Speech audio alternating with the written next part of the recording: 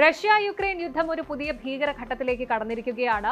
ഇപ്പോൾ പുറത്തു വന്ന ഏറ്റവും പുതിയ റിപ്പോർട്ടിലെ ഉപഗ്രഹ ചിത്രങ്ങളും ലെവൽ 1 രഹസ്യാന്വേഷണ രേഖകളും നേറ്റോ രാജ്യങ്ങളെ ആകെ നടുക്കിയിരിക്കുകയാണ്. യുക്രൈൻ അതിർത്തിയിലും ബെലാറൂസ് അതിർത്തിയിലുമായിട്ട് റഷ്യ 10 പുതിയ ഡ്രോൺ ബേസുകളാണ് നിർമ്മിച്ചിരിക്കുന്നത്. ഇതിലൂടെ ലക്ഷ്യമിടുന്നത് യുക്രൈനെ മാത്രമല്ല, പോളണ്ട് ഉൾപ്പെടെയുള്ള നേറ്റോ സഖ്യരാജ്യങ്ങളെ കൂടിയാണ്. പഴയതുപോലെയല്ല, റൺവേകൾ പോലുമില്ലാതെ സെക്കൻഡുകൾക്കുള്ളിൽ റോക്കറ്റ് വേഗത്തിൽ ഡ്രോണുകൾ തൊടുത്തുവിടാൻ കഴിയുന്ന 59 മെക്കാനിക്കൽ ലോഞ്ചറുകളാണ് റഷ്യ സജ്ജമാക്കിയിരിക്കുന്നത്. ഇതിന് പിന്നിലെ പുടിന്റെ തന്ത്രം എന്താണ് പരിശോധിക്കാം.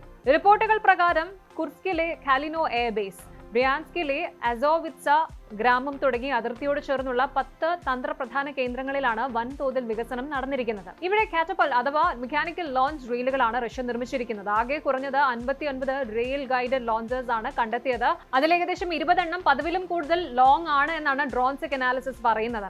ഇനി ഇതിന്റെ പ്രത്യേകത നോക്കുമ്പോൾ, സാധാരണ ഡ്രോണുകൾക്ക് ടേക്ക് ഓഫ് ചെയ്യാൻ വലിയ റൺവേ വേണം. എന്നാൽ ഈ ലോഞ്ചറുകൾ ഉപയോഗിച്ച് വളരെ ചെറിയ സ്ഥലത്ത് നിന്നും പെട്ടെന്ന് ലോഞ്ച് ചെയ്യാം. കപ്പാസിറ്റി പരിശോധിക്കുമ്പോൾ ഒരൊറ്റ ബേസിൽ മാത്രം 1000-ലധികം അറ്റാക്ക് ഡ്രോണുകൾ സൂക്ഷിക്കാനുള്ള കപ്പാസിറ്റി ഉണ്ട്. അലാബുഗയിലെ റഷ്യൻ മിലിറ്ററി ഫാക്ടറികളിൽ നിർമ്മിക്കുന്ന ഡ്രോണുകൾ നേരിട്ട് ഇത്തരം അതിർത്തി ബേസുകളിലേക്ക് എത്തിച്ചുകൊണ്ടിരിക്കുകയാണ്. എന്തുകൊണ്ടാണ് ഈ ഡ്രോൺ ബേസുകൾ ഇത്ര അപകടകാരിയാകുന്നത് എന്ന് നോക്കുമ്പോൾ, റഷ്യ ഉപയോഗിക്കുന്ന ടെക്നോളജി മാറിയത് കൊണ്ട് തന്നെ. ഇത്രയും കാലം പതുക്കെ പറക്കുന്ന ജെറാൻ 2 പോലെയുള്ള പെറ്റ് പ്രൊപ്പല്ലർ ഡ്രോണുകളാണ് ഉപയോഗിച്ചിരുന്നതെങ്കിൽ ഇപ്പോൾ ജെറാൻ 4, ജെറാൻ 5 എന്ന പുതിയ ജെറ്റ് പവേർഡ് ഡ്രോണുകളാണ് റഷ്യ രംഗത്തിറക്കിയിരിക്കുന്നത്. ഒന്ന്, ഇതിന്റെ അതിവേഗത സ്പീഡ് തന്നെയാണ്. 3 ഇരട്ടി വേഗതയിലാണ് ഇവ പറക്കുന്നത്. അതിനാൽ യുക്രൈന്റെ മൊബൈൽ എയർ ഡിഫൻസ് ടീമുകൾക്ക് ഇവയെ വെടിവെച്ചിടാൻ സമയം കിട്ടില്ല. 2, കൂടുതൽ പ്രഹരശേഷിയുണ്ട്. 90 കിലോഗ്രാം വരെയുള്ള വൻ സ്ഫോടക വസ്തുക്കൾ വഹിക്കാൻ ഇവയ്ക്ക് ശേഷിയുണ്ട്. മൂന്നാമത്തത് എയർ ടു എയർ മിസൈലുകളാണ്. കൗണ്ടർ അറ്റാക്ക് നടത്തുന്ന യുക്രൈൻ വിമാനങ്ങളെ വെടിവെച്ചിടാൻ ഈ ഡ്രോണുകളിൽ എയർ ടു എയർ മിസൈലുകൾ വരെ റഷ്യ സജ്ജീകരിച്ചിരിക്കുന്നു എന്ന് യുക്രൈൻ ഇന്റലിജൻസ് മുന്നറിയിപ്പ് നൽകുന്നു. യുക്രൈന് മാത്രമല്ല, പോളണ്ട് ഉൾപ്പെടെയുള്ള നേറ്റോ രാജ്യങ്ങൾക്കും ഇത് വലിയൊരു ഭീഷണിയാണ്.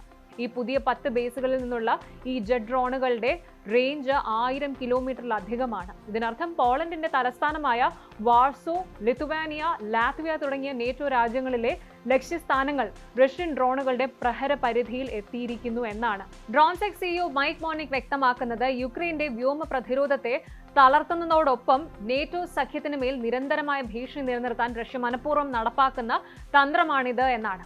നേരിട്ടൊരു യുദ്ധമുണ്ടായാൽ യൂറോപ്യൻ രാജ്യങ്ങളിലെ ക്രിട്ടിക്കൽ ഇൻഫ്രാസ്ട്രക്ചർ തകർക്കാൻ ഈ പ്ലാറ്റ്ഫോമുകൾ റഷ്യ ഉപയോഗിച്ചേക്കാം. ചുരുക്കത്തിൽ, റഷ്യ യുക്രൈൻ യുദ്ധം ഒരു സാങ്കേതിക ഡ്രോൺ പോരാട്ടമായി മാറിക്കഴിഞ്ഞു.